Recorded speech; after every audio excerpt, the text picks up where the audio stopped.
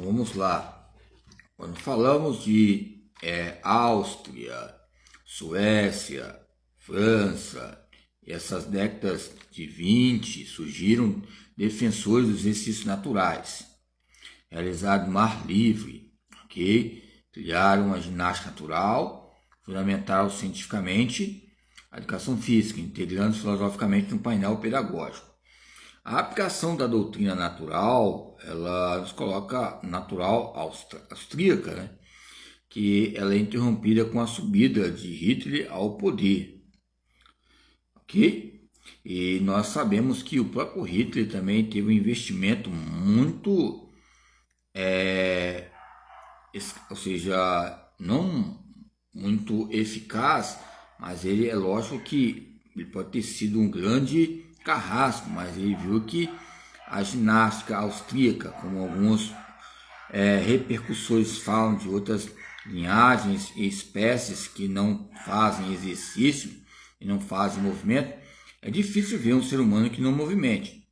Mas ele buscou um campo de concentração ligado às outras nações que colocaram como uma ameaça, porque quanto mais o meu país treina, tem concentração, disciplina, eu vou usar até o termo discípulos, que relacionam a ginástica, o treinamento, uma força armada que venha doutrinar fatores importantes. Então, quando ele viu os campos austríacos, né, que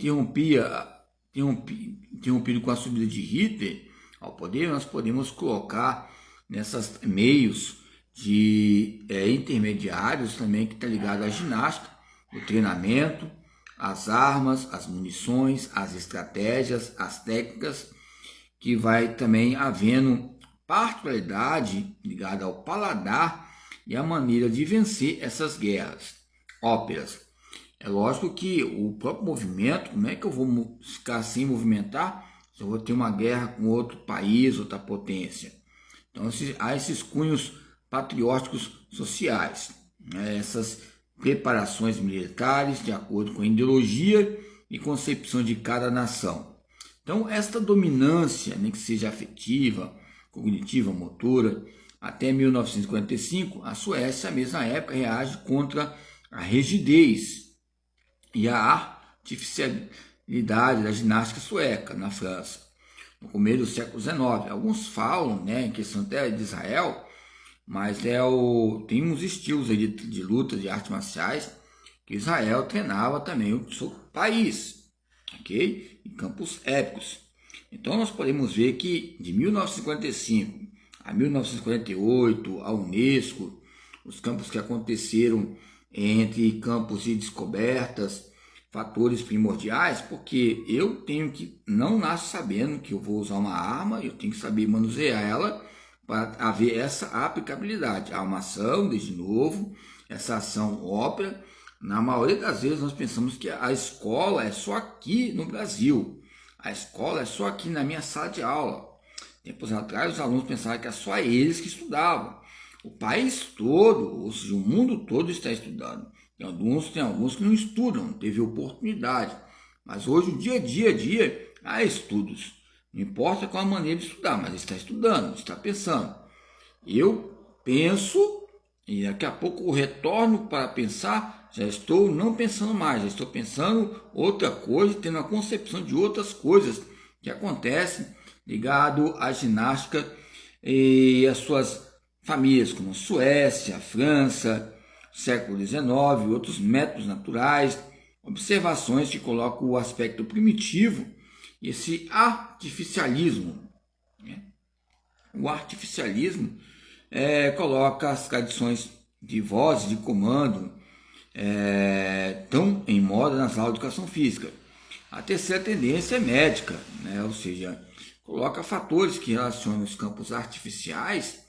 Ela podemos colocar a ginástica como uma maneira de rigidez, ou seja, você não vai fazer pelos seus campos de prazer, né, em questões de fatores que possam parar na hora que você quiser. Você tem que fazer aquilo ali e uma maneira que também seja estratégica para difundir, ou seja, esse sítio né, essas teias sociais ligadas a poderes desde os séculos em séculos. Então, quando falamos da terceira tendência médica, não tem como falar de poderes higienistas. Quando falamos de poderes higienistas, a própria higiene nos coloca fatores importantes. Os médicos, que são higiênicos, será que é só os médicos que são higiênicos?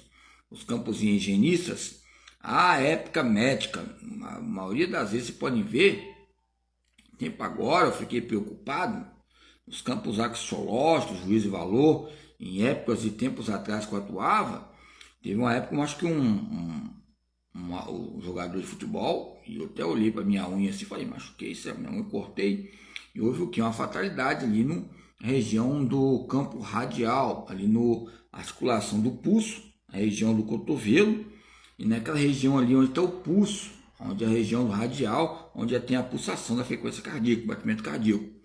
Eu analisando, eu falei que eu já tinha um costume de levar quando acontecia esses fatos.